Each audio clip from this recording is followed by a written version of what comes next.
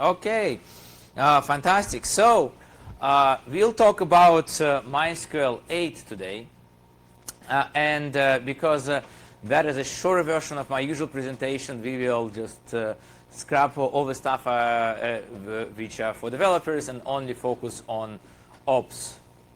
Now, MySQL 8 has been making a great strides in getting close to GA, and it's now a release candidate, but it's still not GA, and things are still being changed, right? So this is kind of based on, well, anyway, just know what things are subject to change.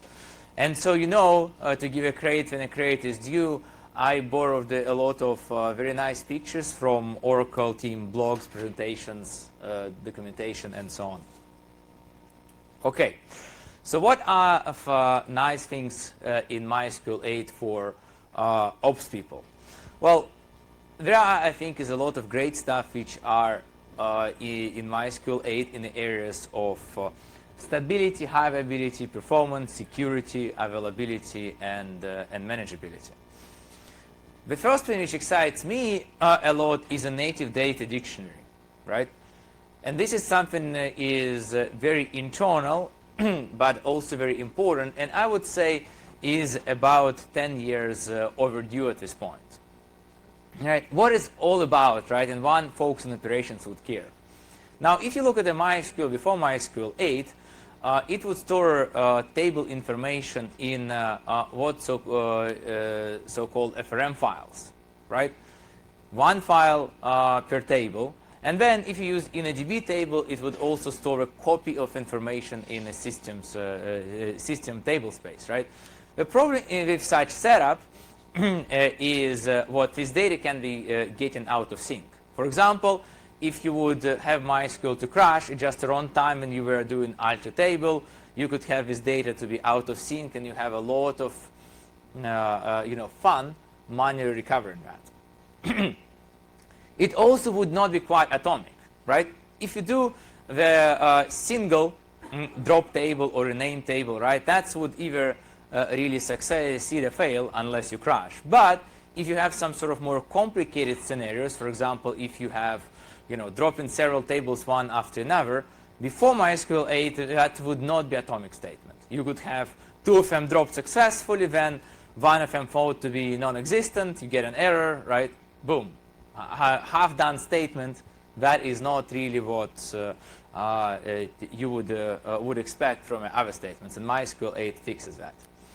We also have, through that, much faster information schema, because now it can read from those real data dictionary instead of having to scan a lot of FRM files, and also no more MySum system table required.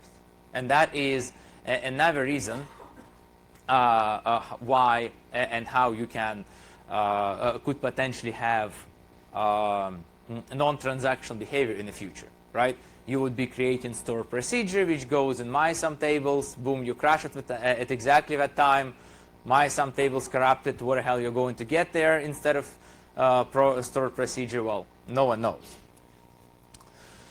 Information schema.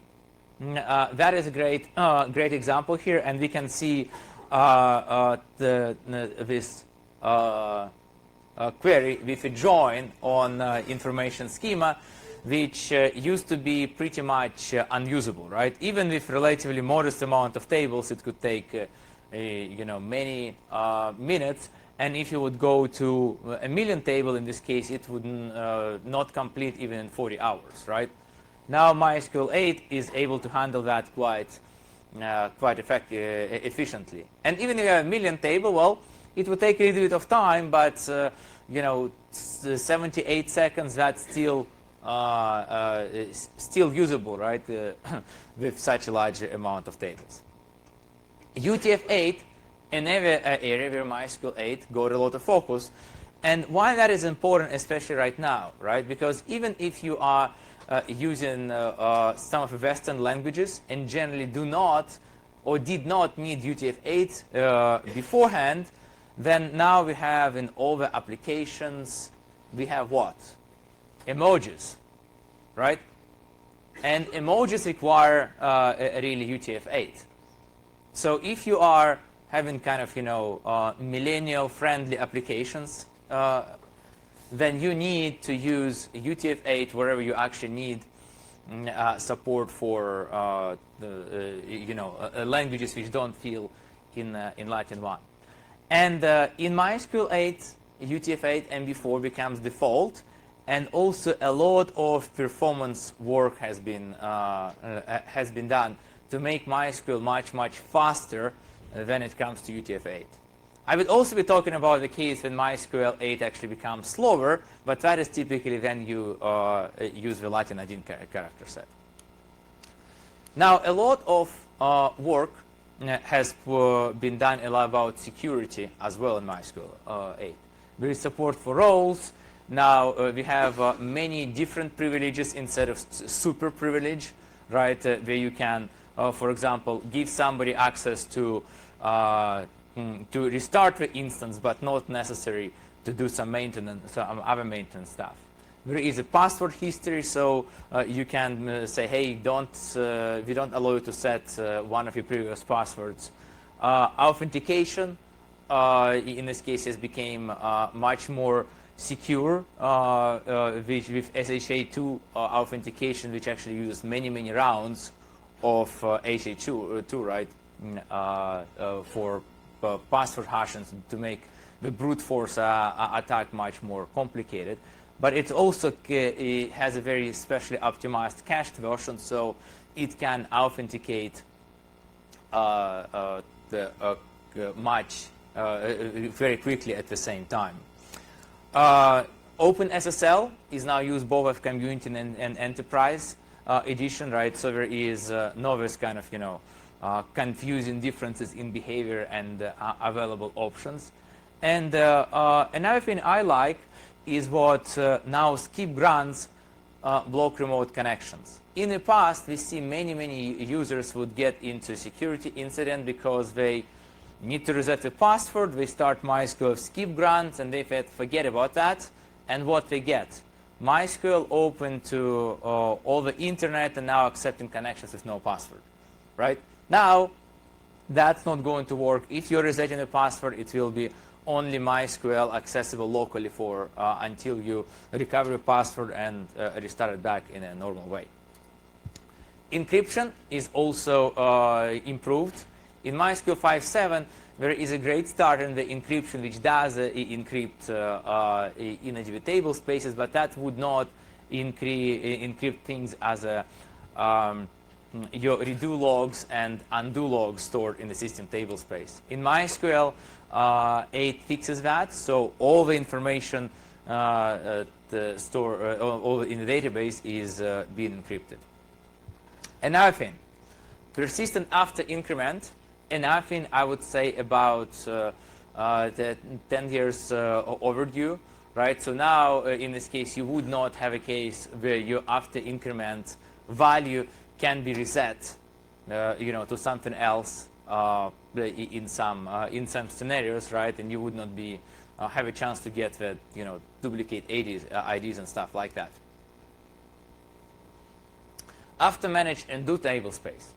That is another area where I think a lot of folks involved in MySQL operations had a lot of problem through years, right?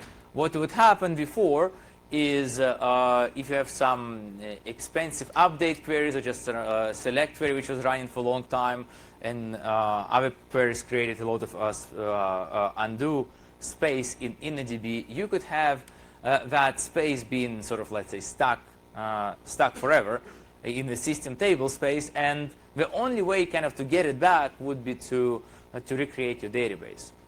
In MySQL 8, you have undo table space. Those are stored in a separate table space by default, and then it's also automatically purged. So if you need it for some space for a period of time, you use it, then all those workloads completed, it will automatically shrink back. Self-tuning for InnoDB also I think is very important, especially in the cloud. Now, if you enable this option in a DB dedicated server, then you may be able to set a MySQL and it will automatically scale if you instance size in the cloud, for example, by setting at least 3 most important variables appropriately. It is not complete, and I think there could be a lot more stuff done with automatic tuning. That is a great start. Now, partial update of JSON. That is also another very important performance thing if you are storing docs, especially large documents in the MySQL, or actually even in something like MongoDB, right? Because if you're just updating one field, maybe there's a counter, maybe that's some stamp you need to update it. You don't want a whole document to be kind of completely rewritten in the database. That is very expensive. MySQL 8 can now just update that field inside the document without fetching that and storing it back. Just, have a very small point update. And also it can handle that efficiently through replication, where you would also only log the change in a row-based replication for a JSON field, not for a whole big row if you choose so. Invisible indexes.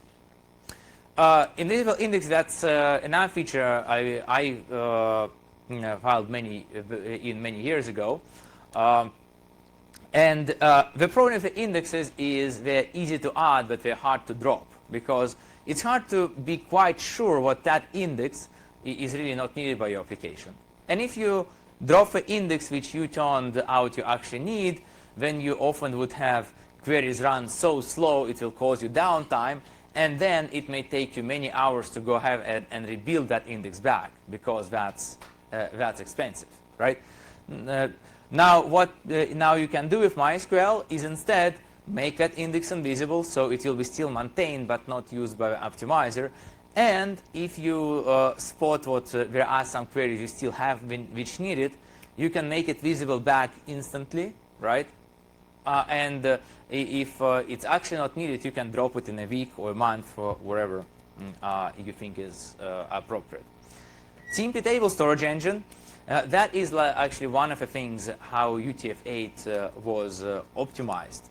It's much more efficient storage engine for internal temporary tables, which are used for many complicated group by queries. And what it provides is much more efficient storage for this temporary data, especially if you have varchar and var binary columns. Now, right now, it doesn't deal with blob and text columns. Those still would require in a DB temporary table, but those are to be fixed, as I understand. Backup logs, that's another neat feature which allow us to prevent inconsistent backups result sometimes. Right, so now you can set this special log for backup, which would ensure the backup can be taken successfully, and it would only prevent some only rare operations. Your normal traffic would not be blocked by this log instance for backup. Optimizer histograms. That gives us a detailed statistics on columns, not just indexes, and it really allows optimizer to do much better choices in many cases. And what is interesting in this case, I provide as an example, it is this statistics is stored as JSON, which makes that much more extensible. And I hope that will allow MySQL optimizer team to roll in more statistics or different format of those histogram information without needing to redesign it completely from scratch, right, and wait for many years for a new release. Another fix or improvement in the optimizer is an improved cost model, which allows, for example, to keep an account how much data is cached versus is not, right, which you have to fetch from a disk. Here's a link with some blog post about more information, but in general that can be very important to get the good better execution plans for some workloads. In MySQL Optimizer, I'm actually some other helpful changes. I don't have a time to cover them all, so here's a link for you. An official MySQL guide. It has some more information about MySQL optimizers, MySQL 8 optimizers specifically, as well as some other features. Performance schema is getting much faster as well. And partly that is through having indexes on performance schema. The interesting thing about the indexes on performance schema is what we're actually fake indexes, and internally information schema just pretends as it has indexes, and just because it's in memory and can scan the data so quickly, that provides their much better execution plan, and works quite neatly. It also has error instrumentations and response time histograms, both global as well as per query query digest, and also includes query examples and summary by digest, so you can actually take the query example for some slow query and run explain for you to see why is it slow.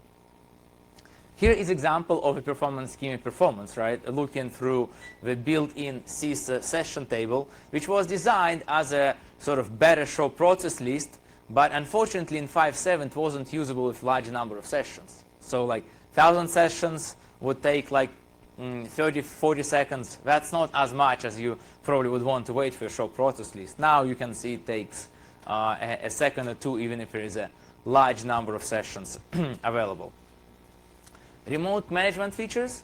I think the speaker before me mentioned and shown action restart command, which I think is fantastic to restart the index. And another one is set persist, which is another very great command which allows us to set a variable to be persisted when the instance restarts. Because there are so many MySQL users would set the global variable to some value, right, and just not modify MyCNF, keep MySQL running for a few months, then restart it, and boom, it behaves differently, is much slower, or whatever else you may have changed, and nobody really understands why, because that change was long forgotten. With set persist, you can ensure what those things don't happen.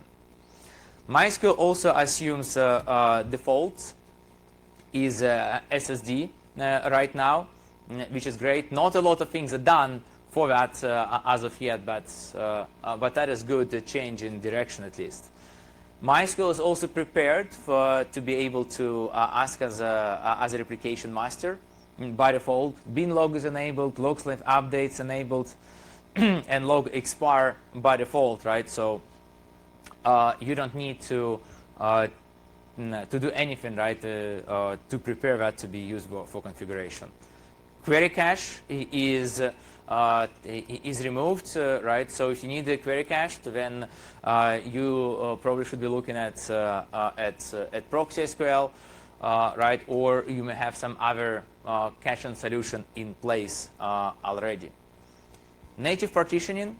So generic partition is removed in MySQL 8. It was kind of substantially slower than native partitioning. And that means if you're using storage engines like MySum, which does not have a native partitioning support, then you would have to either remove partitioning to that, from that, or convert a table to InnoDB before upgrading. Resource groups. That is another cool stuff where you can essentially map some of the queries in your workload to specific CPU cores, which can A, help you to reduce the contention, but then B, it also allows you to kind of to jail some of your expensive queries, right? So for example, maybe you have some analytical queries which can be very expensive, and if you let your analytics team to run wild, they'll consume all the server resources. You can set it so they only are able to use no more than, let's say, 2 or 4 CPU cores, and that's it. We also get better performance at scale, right? You can see with MySQL, again, if you have a really big RN and a really large number of concurrently active threads, it can beat the previous MySQL versions. We also like what a lot of stuff we can use in our Percona monitoring management solution in MySQL 8, especially much faster and performance and information schema and more information available in performance schema is great and allows us to build a lot more features out there. Okay, now things which are not so great, I'll call them feature requests. The single thread performance still sucks, and we don't have a parallel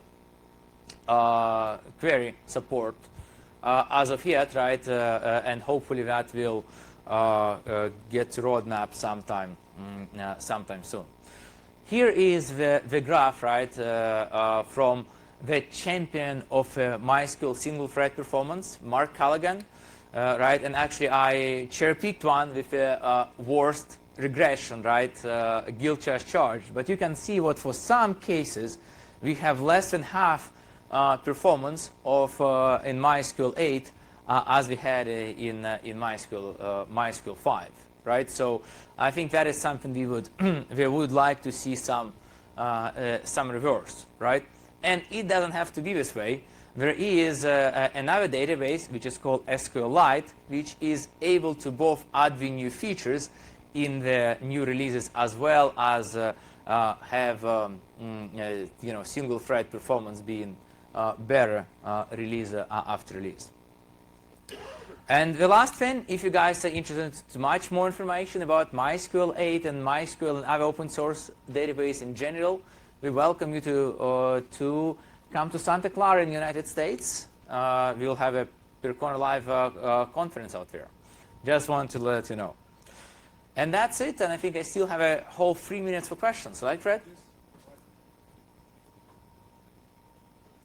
No questions?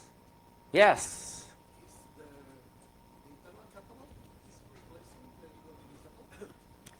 So, you mean information schema?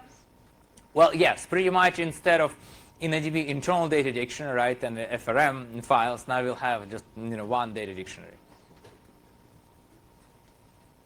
Any other questions?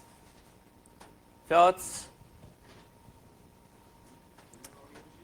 What? Memory engine. What about memory engine? Well, so so the question is memory engine going to be replaced, right? So now we have this TMP table engine, which is designed for in-memory temporary tables. And those tables have a very specific workload which is needed to resolve the queries.